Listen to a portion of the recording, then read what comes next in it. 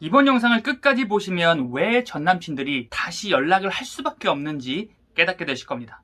지금 이런 고민을 하고 계신 분들이 있을 거예요. 다시 전남친이 연락이 올까요? 네, 다시 연락이 올 수밖에 없습니다. 일단 팩트체크 먼저 하고 갈게요. 첫 번째, 전남친에게 있어 여러분은 영웅심리 중 성취의 욕구를 충족시켰던 인물 중 하나입니다. 두 번째, 이 영웅심리의 나머지 두 가지 욕구, 제공자의 욕구와 존중의 욕구를 달성하지 못했다라는 아쉬움이 찾아오기 마련이다. 세 번째, 남자가 자신의 인생을 되돌아볼 때 이 영웅심리를 달성했던 사건들을 기준으로 생각해보게 된다.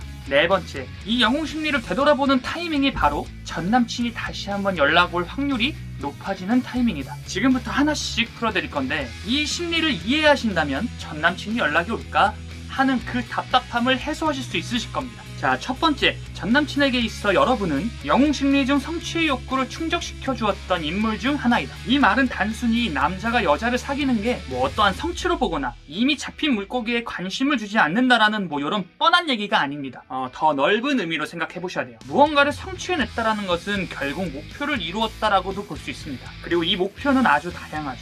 사회에서 어떠한 성취를 이루어냈을 수도 있고 여러분에게 남자로서 인정받아 여러분의 마음을 얻어낸 어떠한 성취일 수도 있어요. 생각해보면 여러분에게 처음 고백에 성공하던 그날 밤에 남자는 굉장히 큰 만족감과 함께 앞으로 여러분과 행복한 미래를 그리는 아주 달콤한 상상을 하게 되었을 겁니다. 이 포인트에서 바로 두 번째, 제공자로서의 욕구와 존중의 욕구를 충족시키지 못했다라는 이 아쉬움의 정서와 연결되는 건데요. 물론 연애 기간 전체를 놓고 보았을 땐 이 욕구들을 전혀 달성하지 못했다 이런 건 아니겠지만 결과적으로 보았을 때 여러분과 전남친은 헤어짐을 맞이했습니다. 결과적으로 여러분을 더 좋은 데 데려가지 못해서 그리고 더 행복하게 해주지 못했다라는 정서가 솟아오르기 시작한다라는 것이죠. 자, 가장 1차적인 타이밍은 헤어진 직후 2-3일에서 일주일 정도 지난 이후에 무언가에서 해방되었다라는 자유로운 그 정서가 서서히 고갈될 때쯤, 그러니까 정확히는 헤어지고 약 2주에서 한 달이 지난 이후부터 서서히 찾아오게 됩니다. 헤어진 직후에 남자로부터 오는 이 자유로움이라는 정서가 오는 이유는 여러분에게 어떠한 제공자로서의 욕구를 충족해야 된다라는 그 의무감에서 벗어났기 때문에 그래요. 어떻게 보면 일시적인 자유로움이죠. 예를 들어서 만약에 이러한 짐을 짊어지지도 않았다라면 자유로움이고 그리움이고 생겨나지 않겠지만 우리가 일반적이라고 생각되는 연애 있잖아요. 그런 경우라면 이 자유로움이라는 감정이 솟아오를 수밖에 없습니다. 일반적인 경우라고 하면은 이런 거겠죠. 남자가 여자를 좋아해서 여자의 마음을 얻고 둘의 연애가 시작되면서 자연스럽게 그 안에서 영웅심리라는 것이 자라나게 되는 과정, 그것을 말하는 것입니다. 자, 1차 제외 타이밍은 바로 이때입니다. 그리고 1차적으로 전남친에게 연락이 올 타이밍도 바로 이 타이밍이죠. 이 해방감이라는 정서가 서서히 고갈되면서 그렇게 나타나는 아쉬움, 자책감, 그리움, 이런 정서가 슬슬 자라나는 그 타이밍 말입니다. 헤어지고 한 달이 지난 후부터는 이러한 정서들이 슬슬 상승 곡선을 그리기 시작하는데요. 이 상승 곡선은 2달, 3달 계속 지속되게 됩니다. 2-3달쯤 되었을 때는 이건 연애 기간마다 좀 차이가 있겠지만 길거리에 녹아있는 전 여친과의 추억들이 새록새록 떠오를 겁니다. 연락해볼까? 자, 1차 타이밍은 바로 이때예요.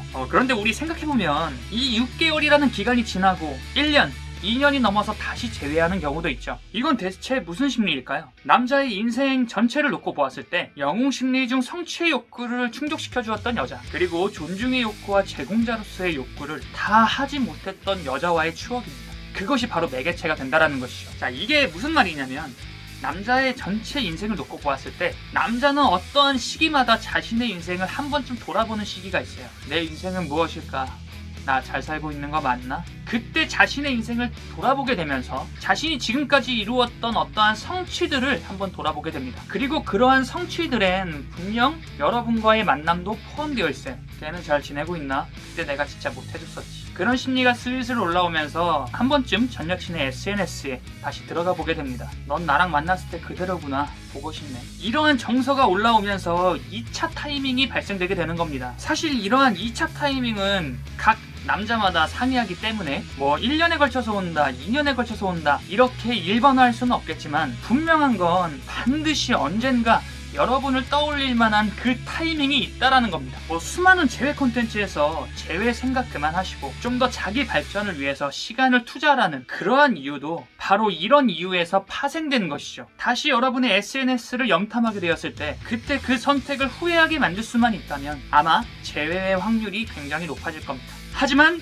여기서 또 문제가 있죠. 바로 여러분과 그 남자의 타이밍입니다. 아마도 오랜 시간이 지나서 연락이 온 케이스라면 여러분은 아마 그 남자를 잊었을 확률이 굉장히 높겠죠. 서로 이 타이밍이 맞지 않다 보니까 갑작스럽게 연락 오는 사례는 여러분 입장에서 좀 부담스러울 수 있습니다. 저는 이러한 사람 간의 인연은 이 타이밍이라는 것이 굉장히 중요한 것 같아요. 서로 간의 이 타이밍이 어긋난다면 결국에는 그 만남은 이루어질 수가 없는 것이죠. 오늘은 남자의 대표적인 패턴, 영웅 심리를 통해서 전남친이 다시 연락하게 될 타이밍을 알아보았는데요. 댓글에 영웅 심리를 더 자세히 파악해 볼 수 있는 영상을 남겨드릴 테니까 무조건 보시면 여러분의 인생의 터닝 포인트를 만들 계기가 되실 것이라고 생각됩니다.